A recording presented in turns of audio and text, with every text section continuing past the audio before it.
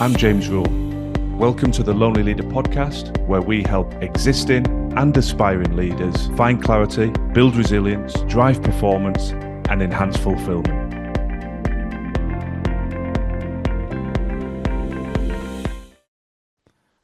The Lonely Leader has just turned 6 years old. I'm super proud to have reached that landmark, and I'm very grateful for everybody that has supported us along the way. Staff, colleagues, and of course the clients and community of the Lonely Leader, which includes you, the listeners of this podcast. And I want to practice a little bit of what I preach, take a moment to reflect. It's something we're often guilty of not doing enough as we move at 100 miles an hour through our personal life and professional role. And I want to share some of the core themes and challenges that I have seen repeatedly come to the fore working with clients in my coaching, mentoring, and training capacity, and just throw them out there on this episode and make you reflect and think, yep, that's something I also struggle with. And if it is, you'll be interested to see how I share some insights into the Leadership Accelerator program, which is probably our most popular flagship program, where we really do dive deeply into all of these areas to support the growth and development of leaders in a wide variety of sectors, countries, and cultures all around the world. And it's particularly relevant if it does resonate, because to celebrate the 6-year birthday of the Lonely Leader, I'm looking to offer 6 places at a significantly discounted rate to a new cohort of leaders to join us on the Leadership Accelerator and experience that benefit for yourselves personally. So stay tuned through the episode. I'll tell you how to enter that if it resonates. And let's get straight into those core themes that we see repeatedly that leaders are struggling with, wrestling with, and striving to overcome on their leadership journey. So the first challenge is a lack of clarity. We're moving at 100 miles an hour. The to-do list never shrinks. The email inbox continually grows. The number of calls and meetings is ever increasing. The diary is jam-packed. So we're professionally getting overwhelmed. And then, of course, we have to blend in our personal lives. We have to take care of all those diverse roles, whether you're a parent, a partner, a son, a daughter, a sibling, a friend. There's so many roles we play in our personal lives. You throw that into the melting pot with our professional role, and there's no wonder we have a sense of overwhelm. How do we step into that? Well, we spend a lot of time working on clarity. Where are you? Take that moment to reflect. Be ruthlessly honest with yourself about how happy and content you are with all facets of your personal and professional life. And then, where do you want to get to? What is success for you? What is the end destination? And once we have that established and we have clarity on that vision, we can start to build a roadmap. So a huge part of the Leadership Accelerator is helping people really get an understanding, because if you do not know where you are and where you're trying to get to, well, how are you ever going to get there? We're just going at 100 miles an hour in ever decreasing circles, like that proverbial hamster on a wheel. We're busy, busy, busy. 1 month becomes 2, becomes 1 year, becomes 2, becomes 3, and decades have gone by. So we see this as a huge foundational part of everything we do. Help people stop, reflect, get clarity, get really focused on where they want to be, and then help them get there and achieve it. Another huge challenge that comes up with practically every single individual we've worked with is struggling to be truly present. Yes, we might be physically present, but we're not always emotionally present. And high-performing leaders, doesn't matter how successful they are, they still wrestle with it. This is not an easy fix. When you're at work, you're thinking about your home life. When you're at home, you're thinking about your work life, and consequently, everybody suffers. We struggle to be truly present with our clients, with our staff, with our partners, with our children, and we know it. Deep down, we know it, and it gnaws at us, and it erodes our level of fulfillment and well-being, but it tends to drift and drift. And even though we know it, we don't know how to correct it. So huge area of focus for us, because to be truly present absolutely transforms all of those professional and personal relationships. It's not as hard as you think to do. The rewards are unbelievable and worth the effort to be able to consistently Be truly present in whatever professional or personal interaction you are in. A third major challenge that comes up consistently is the processing of stress. I'd love to say that stress levels reduce the higher up the hierarchy you go on your leadership journey, but that's not the case. It's human nature. The easy stuff gets done and the more difficult stuff gets passed up the chain of command. There will always be stress. There will always be challenge. There will always be adversity. Obviously, I hope it doesn't come on a daily basis, but the harsh reality is just as you fix one problem, another problem's going to come around the corner. While things are going well professionally, you may be exposed to stress and challenge in your personal life and vice versa. So for me, it's absolutely imperative that we support our clients to be able to effectively process that stress, to release it, to get it out of their bodies and their minds. Because we've got a lot of experience, and I have walked this path myself, where if you don't, your performance will dip at best, it will steadily erode, and at worst, you will hurt yourself physically, mentally, or both with some form of burnout. And I make a real effort to retain my authenticity when I'm working with people and share the life lessons I've experienced. And one of those harsh lessons was collapsing, mobile phone in hand, early one morning, walking to the bathroom, and it turns out I had pneumonia. Now, I struggled to accept that. I was in my 30s. I considered myself fit and healthy. Wasn't this something that had to happen to older people? But I ended up in the hospital, and it was a harsh wake-up call that I was not respecting how my body and mind needed to recover, and I was just redlining the engine and working relentlessly, attacking that to-do list and just driving harder and harder to make things happen and achieve things. So I don't ever talk about reducing our ambition or removing our work ethic, but a huge focus of the Leadership Accelerator program is helping people with the habits and the tools to truly recover. Think of it like your mobile phone battery. If you don't plug it in and recharge, it's useless to you. Our bodies and minds are no different, and yet so many of us are on autopilot, not thinking about how can I best recover. And we take a lot of lessons from elite sport, from the military, where people recover exceptionally well, and we bring that into manageable, bite-sized takeaways that you can make a quantum leap forward in how you recover. Yes, the stress will still be there. Yes, the adversity and challenge will still be there, but it will not have such a corrosive impact on your performance, mental and physical health if you take the steps that we articulate in the Leadership Accelerator.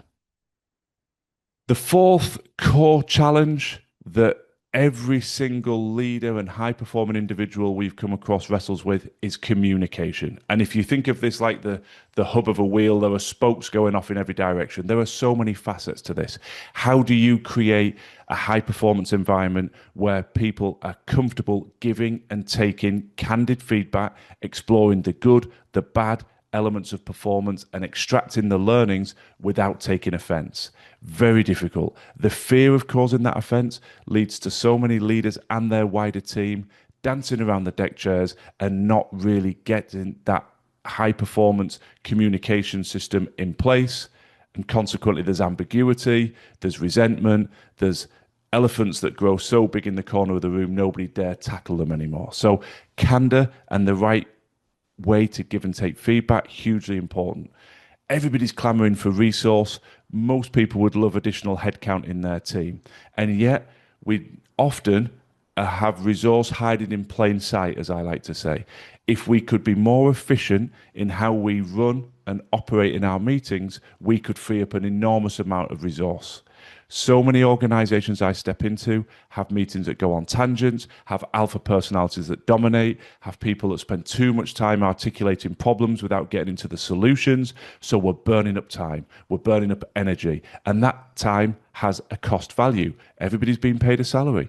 If we had an imaginary, I always like to use this analogy, if you had a clock at the end of a meeting room that had an algorithm in there that could coordinate, calculate the collective salary cost in the room of that meeting, and that clock was ticking up, that number was ticking up, I'm sure would become a lot more efficient.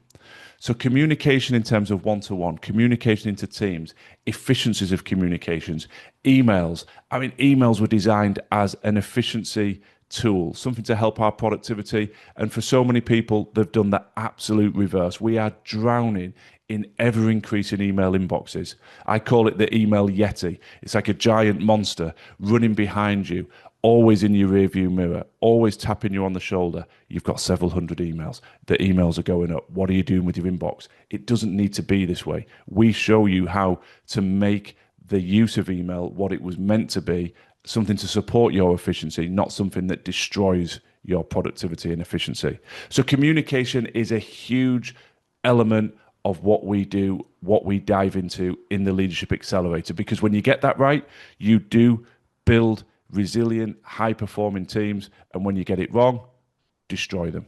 If I mention the word toxicity, I'm sure it will resonate with you. How many of us have been in environments where there are toxic individuals or toxic elements of communication that are destroying the culture and the fabric of that team or wider business? It happens frequently. It doesn't need to. There's a way to address it. There's a way to deal with it. Another area that comes up frequently has a dotted line back to stress. It's this notion of being frantic, of being overwhelmed, slightly out of control. Yes, it's a form of stress, you could argue, but the way people articulate it is, I work all week, I work at 100 miles an hour, I just don't think I'm getting the big things done, and I feel overwhelmed at the amount of things on my to-do list. And this bleeds back into mindset, how we step into our day, the energy we carry. Lots of people are talking about feeling the mindset becoming disempowered, the energy is low. Yes, a dotted line back into recovery. So you see a lot of these themes overlap. If we recover well, that energy is higher. And another trait of high performers, and I like the phrase that success leaves clues. I think that's true in every facet of life. And high performers have habits that we can all learn from. And one of the non-negotiable habits is how they start their day and how they finish their day, their daily routines. What happens in the day for all of us is an unknown.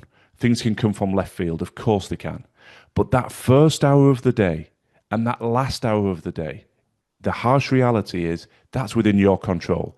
You can tell me it's not. You can tell me you've got so many things happening in your family household that it's chaos. I accept that, but we will show you the way through that perceived barrier. Because if you can start your day in the right way, you will enhance your energy, you will enhance your mindset, and you will become more resilient and better placed to deal with any and every challenge that comes your way.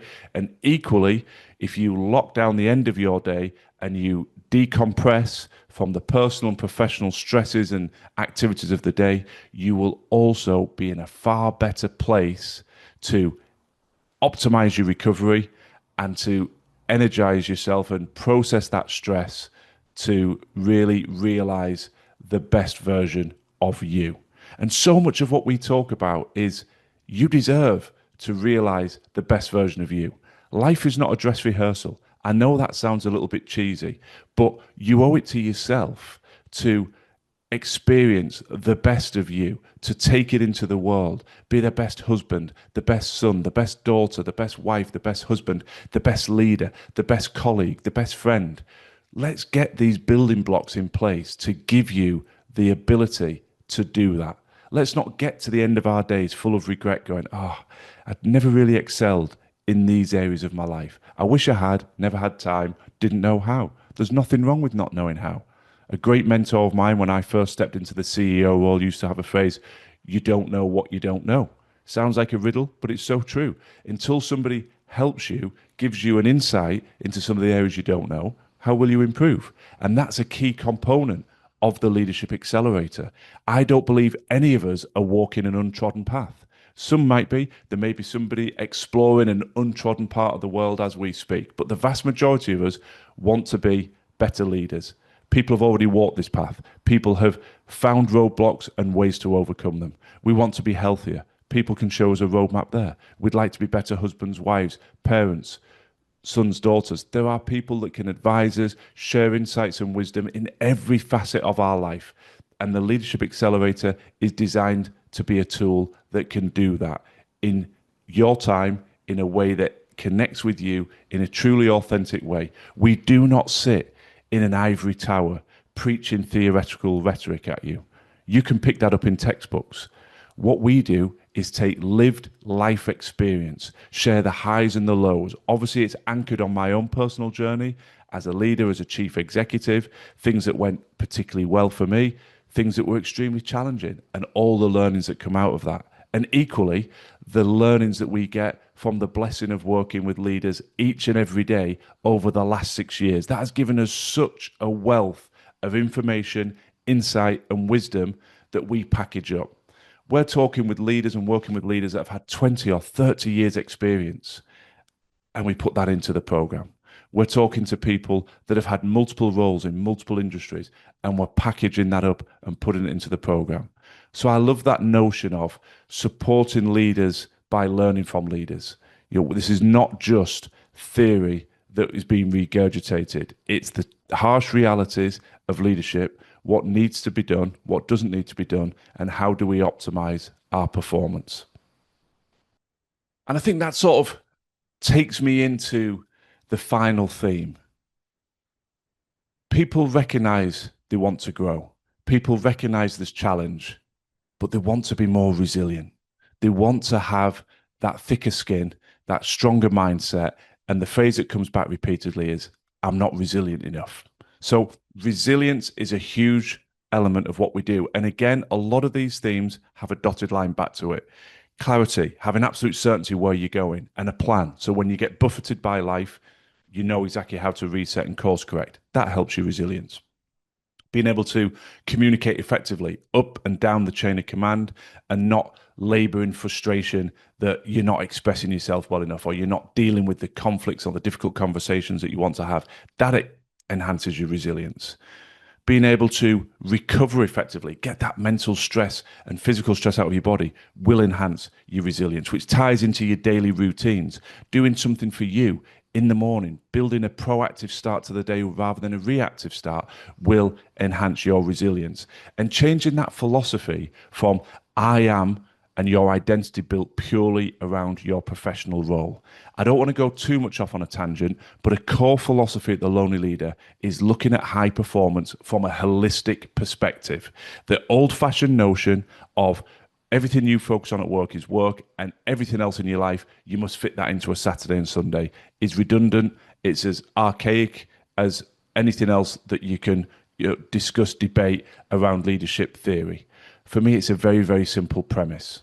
There is no such thing as work-life balance. It's work-life integration. If I position this analogy to you, if you are disengaged from your intimate relationship, from your partner, if you have no time for your passions or your hobbies, you can't remember the last time you engaged in it, if you never see your friends, if you are consciously frustrated by the inner knowledge that you're no longer present effectively with your kids, if you have challenges in your extended family dynamics, if your finances are not where they want to be, you put all those core components of life together and then say, oh, and by the way, step over the threshold of work and be the most effective, impactful, high performer that you can be and leader that we want you to be.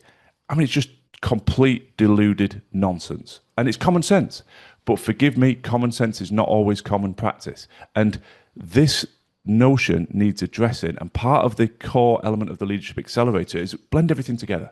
Because if we flip that analogy on its head, you've got a thriving, flourishing relationship with your partner. If you have children, you feel fully engaged with them. You regularly see friends. Your extended family dynamic is improving. There's always challenges in extended families the world over, but the relationships are improving. You have time for your passions. You have time to engage in a hobby. You're focused on your physical health and your mental health. And your finances have now got some structure and a plan, and it's moving forward. You take that scenario and then step over the threshold of work. There is no comparison in the quality of what you bring to your role, the resilience that you have, the performance you bring individually, and for those of you in that leadership role, the impact on your wider team. So again, common sense. Let's look at things holistically. Let's get clarity across all those areas. And it all blends together to give you the tools, the framework, and the mindset to be the highest performer that you can be. So I hope this has piqued your interest. I hope it gives you some comfort that as I run through these challenges, you think, whoa, I'm not alone. So often I hear these phrases like imposter syndrome. I'm not sure if I can do this because I'm experiencing challenge. I debunk all of that. There's no such thing as imposter syndrome for me. It's just discomfort because you're growing. And everybody has growing pains. Physically, when we're children and we're growing into adults, and professionally as we evolve into more and more challenging roles. It's natural to feel discomfort. It's natural to feel, oh, this feels difficult. That's not that you're an imposter. You're growing, stepping into new environments. And we want to, as the name suggests, accelerate you higher and higher, give you more and more fulfillment, push you to go into those rooms where you feel uncomfortable and take on those roles that you never thought were possible, because they are possible. But we've got to learn from those that have walked ahead of us, and we've got to create the time and space to invest in you. It's a cheesy analogy, but part of the lonely leader rhetoric, part of the reason we called the business the lonely leader, is so many leaders neglect their own growth and development. They no longer focus on them because very nobly they're focusing on the needs and wants of their staff, their clients, their stakeholders, and their growth and development becomes a nice to have rather than a necessity. But you must put your own oxygen mask on first if you're going to help others. You must focus on your own growth and development. When did you last truly do that? And could the Leadership Accelerator be a format, a program that really helps you? Now, you can find testimonials and insights from people that have been a part of that on our website. We'll make sure we put links below. You can go to the testimonial section. You can see our programs. You can see the Leadership Accelerator. You can see testimonials and feedback within the LinkedIn page of mine and the recommendation section. So there's lots of social proof there of people that have been through that program. But what I would encourage you to do is have an insight call. I'm more than happy to chat and to give you a bit of an overview about what the program entails. So if you would like to put your hat in the ring, if you would like to make your interest known about potentially being selected to be a part of the Leadership Accelerator program and benefit from the significant discount that we're offering to just 6 people, then there's only 2 things you need to do.